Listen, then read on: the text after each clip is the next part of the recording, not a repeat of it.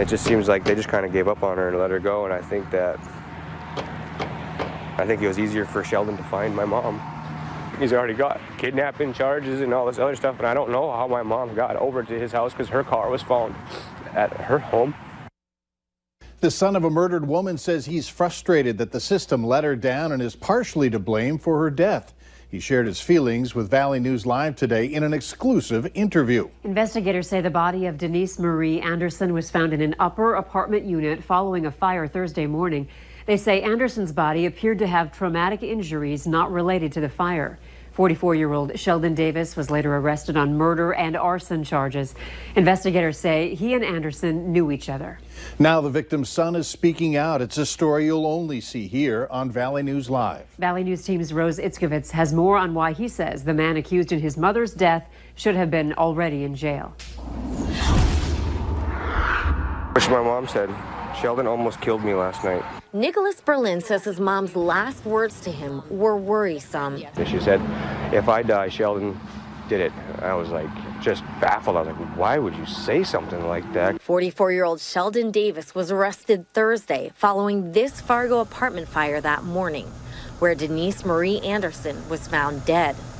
Anderson sending her son pictures of her bruised body less than 2 weeks before her death. She told me that Sheldon tried to beat her to death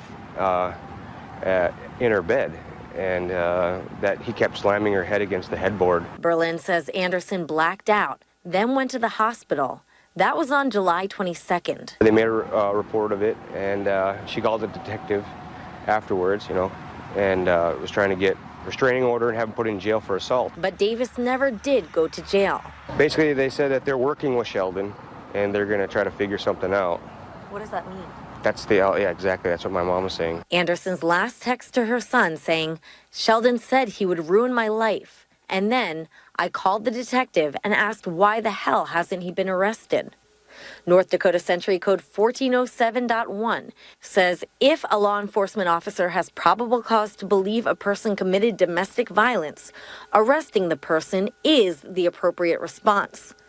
But Fargo police tell me their investigation showed Anderson and Davis's relationship did not fit into that Century Code's criteria, since they were no longer a couple.